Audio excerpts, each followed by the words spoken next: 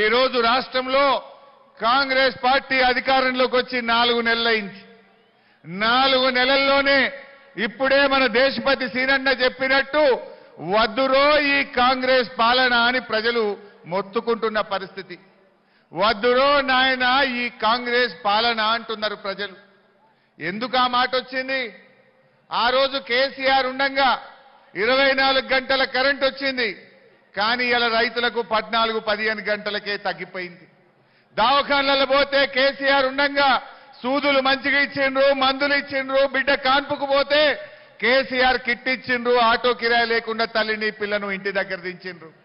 కాంగ్రెస్ వచ్చింది, కేసీఆర్ కిట్టు మాయమైంది. దవాఖానలలో గోళీలు సూదులు కమ్మైపోయిన పరిస్థితి వచ్చింది. మన కేసీఆర్ ఉండంగా ప్రతిరోజు మిషన్ భగీరథ మంచినీళ్ళు వచ్చినాయి. కాంగ్రెస్ వాళ్ళు వచ్చిండ్రు, దినం తప్పించి దినం నల్లైపోయింది చాలా జాగల. కాంగ్రెస్ రాగానే ఆసరా పెన్షన్ జనవరి నెలలో ఎగ్గొట్టేసిండ్రు. అప్పుడేమో 4000 పెన్షన్ ఇస్తామని ఊరిచ్చారు. 100 రోజుల్లో 6 గ్యారంటీలు అమలు చేస్తామన్నారు. ఏమైనా గ్యారంటీలు అంటే మొన్ననే కదా ఇప్పుడు మేము వచ్చిందని సన్నాయి నొక్కులు నొక్కుతున్నారు. అప్పుడు బాండ్ పేపర్లు రాసియలే, బాండ్ పేపర్లు రాసిండ్రు, చేతులల్లో మొక్కిండ్రు. 100 రోజుల్లో అమలు చేస్తామన్నారు. మొదటి సంతకం 6 గ్యారంటీల మీద అన్నారు. చట్టబద్ధత తెస్తామన్నారు. ఇది రాహుల్ గాంధీ మాట అన్నారు. ఏమైందయ్యా 6 గ్యారంటీలు అంటే? అప్పుడు చేతులు మొక్కిండ్రు, ఇప్పుడు చేతులు ఎత్తుతున్నారు కాంగ్రెస్ నాయకులు. మాటలు చెప్పినారు, కానీ ఈరోజు ఏ గ్యారంటీలు అయితే చెప్పి కాంగ్రెస్ పార్టీ అధికారంలోకి వచ్చిందో ఈ పార్లమెంట్ ఎన్నికల్లో ఆ గ్యారంటీలే మీకు గడ్డపారలై మీ కాంగ్రెస్ పార్టీని బొందబెట్టాయి. జాగ్రత్త అని చెప్పి హెచ్చరిస్తా ఉన్నా. బిడ్డ, ప్రజలు అమాయకులు అనుకుంటున్నారా? ఏం చెప్పిండ్రు ఆ రోజు? మీరు చూస్తారా? ఒకసారి టీవీ లేపేయమంటారా? యాడ్ చేయాలి నా పాతయి. 2 లక్షల రుణమాఫీ చేస్తా అన్నాడు రేవంత్ రెడ్డి. డిసెంబర్ 9 నాడు మొదటి సంతకం రుణమాఫీ మీద అన్నాడు. బాబు ఒకసారి చూపి అది కూడా మా జనాలకు. రుణమాఫీ అయిన వాళ్ళందరూ ఎంబడవై మళ్ళీ 2 లక్షల రుణం తెచ్చుకోరి. డిసెంబర్ 9 నాడు నేను అవి మాఫీ చేస్తా. కాబట్టి రైతులందరికీ నేను విజ్ఞప్తి చేస్తున్నా, ఎంబడవై బ్యాంకుకు పోయి లోన్లు తెచ్చుకోరి. వచ్చిన ఎంబడే నేను రుణమాఫీ చేస్తా. అయినాదే రుణమాఫీ ఎవరికన్నా? ఏం చెప్పిండు? 9 తారీఖు నాడు కుర్చీలో కూర్చోగానే రుణమాఫీ చేస్తా అన్నాడు. మొదటి సంతకం పెడతా అన్నాడు. వచ్చినాయా రుణమాఫీ ఎవరికన్నా? నేను అందుకే మీకు చెప్తున్నా, రుణమాఫీ అయినోళ్ళు 2 లక్షలు మాఫీ అయినోళ్ళు కాంగ్రెస్ పార్టీకి ఓటైంది. కానోళ్ళంతా కారు గుర్తుకు కేసీఆర్ కు ఓటేయండి. ఇప్పుడు వడ్లు వచ్చినాయి, యాసంగి వడ్లు వచ్చినాయి ఊర్లలో. మరి వడ్లకు ఏమన్నాడు రేవంత్ రెడ్డి? 500 బోనస్ ఇస్తా అన్నాడు.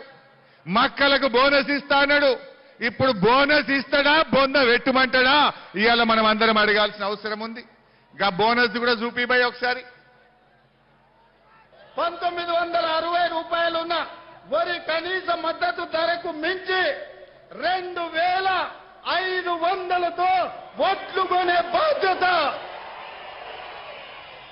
2500కు క్వింటాల్ వడ్లు కొనే బాధ్యత కాంగ్రెస్ పార్టీ తీసుకుంటుంది. ఇప్పుడు ఏమైనా వడ్లు కొనాలన్నా వద్దా? అయినా 2500లకు వడ్లు కొనాలన్నా వద్దా? కొనకపోతే ఏం చేయాలి? ఏం చేయాలి? బొంద పెట్టడానికి తయారున్నారా మీరంతా? 2500లకు వడ్లు కొంటా అని మాటిచ్చిండు, ఓట్లు వేసుకున్నాడు. ఓడ దాటినాక ఓడ మల్లప్ప, ఓడ దాటినాక బోడ మల్లప్ప అయిన కథ. మరి ఇప్పుడు 2500లకు వడ్లు కొనమంటే ఇప్పుడు ఏమంటుండు? ఇప్పుడు 1800, 1900కే పోతున్నాయి. 2203 రూపాయలు వడ్లకు మద్దతు ధర. దానికి 500 కలిపి బోనస్ ఇవ్వాలా వద్దా? మరి ఇవ్వకపోతే ఏం చేద్దాం? ఏం చేద్దాం? జర బొంద వేద్దామని వాళ్ళు శైలావటరు చూస్తా. ఇక కాంగ్రెస్ పార్టీకి బొంద వేద్దామని వాళ్ళు శైలావటరు చూస్తా. జర మా టీవీ వాళ్ళు ఫోటో తీరే, మా వాళ్ళను మంచిగా తీరి. 2500 ఇవ్వకపోతే బొంద పెడతామంటారు మా వాళ్ళంతా. Okay, thank you. Next Rythu Bandhu ఏమన్నాడే? ఇప్పుడు వస్తే 10,000, మేమొస్తే 15,000 ఇస్తా అన్నాడు. ఊరిచ్చిండు 15,000 రైతు బంధు ఇస్తా అన్నాడు. ఎట్లయిపోయిందంటే ఆ పడే 10,000 కూడా చక్కగా వల్లే, అవి కూడా ఇయ్యాలి దాకా రాలే. గా రైతు బంధు చూపిపోయి జర మా వాళ్ళకు ఏమన్నాడో. వ్యవసాయ పనులు మొదలయ్యే ముందల్లే సంవత్సరానికి ప్రతి రైతుకు ఎకరాకు 15,000 రూపాయలు రైతు భరోసా పథకం కింద ప్రతి రైతును ఆదుకునే బాధ్యత కాంగ్రెస్ పార్టీ తీసుకుంటది. వచ్చినాయే 15,000 ఎవరికన్నా వచ్చినాయే? రాలేదా? వచ్చినోళ్ళు కాంగ్రెస్ కోటైంది, రానోళ్ళంతా కారు గుర్తుకు ఓటేయాలని చెప్పి కోరుతా ఉన్నా. ఎందుకంటే ఈ మాట మా సునీతమ్మ ఉన్నది ఇక్కడ, మా ఎమ్మెల్యేలు గౌరవనీయులు పోచారం శ్రీనివాసరెడ్డి అన్న ఉన్నాడు, చింత ప్రభాకర్ అన్న ఉన్నాడు, మాణిక్యరావు అన్న ఉన్నాడు. మరి మేమందరం రేపు అసెంబ్లీలో బల్ల గుద్ది రేవంత్ రెడ్డి నువ్వు రైతు బంధు ఎగబెట్టినవు గనుక నీకు పార్లమెంట్ ఎన్నికల్లో ప్రజలు సురుకు పెట్టిండ్రు, నిన్ను ఓడగొట్టిండ్రు. ఇప్పటికైనా వెంటనే 15,000 రైతు బంధు ఇవ్వని కాంగ్రెస్ పార్టీ మెడలు వంచాలంటే ప్రశ్నించే గొంతు వెంకట్రామరెడ్డిని గెలిపించాలి. గాలి అనిల్ కుమార్ను మీరు గెలిపించి మాకు శక్తిని ఇవ్వండి. రేపు అసెంబ్లీలో మీ తరఫున మేం కొట్లాడతాం. మహిళలకేమన్నాడు? అక్క చెల్లెలకు మహాలక్ష్మి ఇస్తా. 6 గ్యారంటీల్లో మొదటి హామీ మహాలక్ష్మి. మొదటి దానికే మంగళం పాడిండు. ప్రతి మహిళకు 2,500 ఇస్తా అన్నాడు. వచ్చినాయే? ఎంత ముద్దుగా చెప్పిండో చూడండి. అబద్ధం, జూటా మాటల రేవంత్ రెడ్డి మాటలు. దగ్గర నగదు ఉంటేనే బెల్ట్ షాపులలో ఇస్తున్నాడు, అవునా? అందుకే మా అక్కల కష్టాలు చూసి నగదు మా అక్క దగ్గర ఉంటే పిల్లల చదువులు, ఇంటి ఖర్చులు, పండుగ పూట చుట్టం వస్తే ఇంత మంచి చెడ్డ చూడడానికి ఉంటది. అందుకే ప్రతి నెల 1వ తారీఖు నాడు ప్రభుత్వ ఉద్యోగికి జీతం వచ్చినట్టుగా ప్రతి నెల 1వ తారీఖు నాడు ఆడబిడ్డల ఖాతాలో 2,500 రూపాయలు ప్రతి నెల ఆడబిడ్డల ఖాతాలో వేయాలని ఇంటి ఆయన వచ్చినాయా? 2,500 మీ అమ్మకో, మీ భార్యకో, మీ చెల్లెకో ఎవరికన్నా వచ్చినాయా? ఒక్కరికన్నా వచ్చినాయా? రాలే. ఎంత ముద్దుగా చెప్పిండు. 1వ తారీఖు నాడు జీతం పడ్డట్టే వేస్తా అన్నాడు. మరి డిసెంబర్ 9 వాయ నాయన, జనవరి 9 వాయ, ఫిబ్రవరి 9, మార్చి 9, ఏప్రిల్ 9, 4 నెలలు వాయ. అంటే ఈ రాష్ట్రంలో 18 ఏళ్లు నిండిన అక్కకు చెల్లెకు 1,42,00,000 మందిని ఈ కాంగ్రెస్ పార్టీ మోసం చేసింది. ఒక్కొక్క అక్కకు చెల్లెకు 10,000 రూపాయలు ఈ కాంగ్రెస్ పార్టీ బాకీ పడ్డట్ట పడనట్ట? 4 నెలలు కదనే, నెలకు 2,500, 4 నెలలంటే 10,000 రూపాయలు.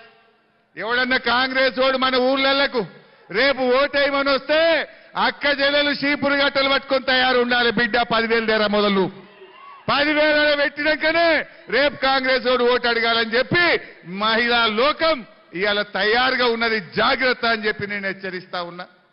ఇక తులం బంగారం కేసీఆర్ గారు కళ్యాణ లక్ష్మి ఇచ్చిండు మంచిగా. బిడ్డ కాన్పుకొస్తే కేసీఆర్ కిట్ ఇచ్చిండు. మహిళలంతా కేసీఆర్ కోటేస్తారని వీళ్ళు అబద్ధం ఆడిండ్రు. కేసీఆర్ లక్ష ఇచ్చిండు, మేమైతే ఇక తులం గలుపుతామన్నారు. గది కూడా చూద్దాం ఒకసారి. పుట్ట షాదీ ముబారక్ కళ్యాణ లక్ష్మిలో ఈ రోజు 1,00,000 రూపాయలే వస్తున్నాయి. ఈ నెల అయితే 1,00,000, వచ్చే నెల మీరు తీసుకుంటే 1,00,000తో పాటు తులం బంగారం ఆడబిడ్డలకే ఇస్తే